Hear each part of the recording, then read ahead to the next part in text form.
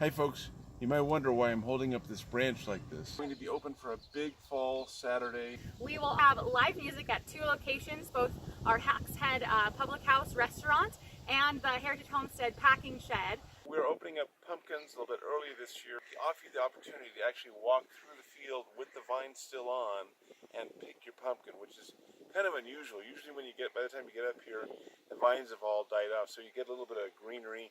We've got our cargo pumpkins, which are your standard jack-o'-lantern carving pumpkin. We also have these beautiful Cinderellas that are also, if I can slaughter the French, rouge vifeton. And they are great heritage heirloom pumpkins from the 1700s that have a really creamy texture and are amazing for cooking. My mom makes a mean pumpkin soup with them.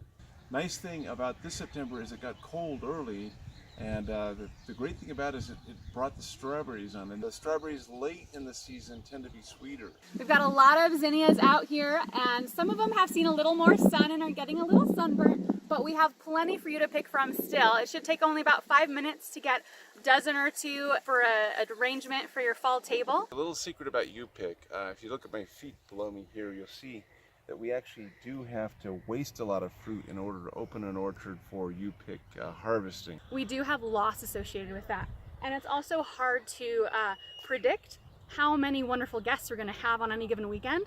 So when we do publish on the website that we're going to have a certain variety of apples available, we may or may not sell out really quickly depending on the crowds that come up. There's not much we can do about that. The only thing that we can give you a tip on is basically show up at about 10 o'clock in the morning and keep an eye on our website for what varieties are available.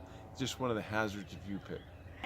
And we're also going to be putting together a little short hay maze for your little ones that want to come and pick pumpkins and toddle through the maze. Here at Riley's Farm we have a lot of antique pear trees, and they are just indestructible. Every year we get a lot of pears. It doesn't matter what the spring's like, what the summer's like. These trees just produce and produce and produce. They are gorgeous. Sometimes they have some of that brown dappling on the skin from just some of the sunspots that they get, but that doesn't change the flavor inside. They're going to be the best pears you've ever had. But you know, the apples are more popular, so we have a harder time getting you to pick the pears. But you're missing out on something, because these are great Bartlett pears. Some of them this time of year are almost ripe off the tree. Usually with pears, you have to pick them, put them in a brown paper bag for a few days, and they ripen on their own. But, oh man.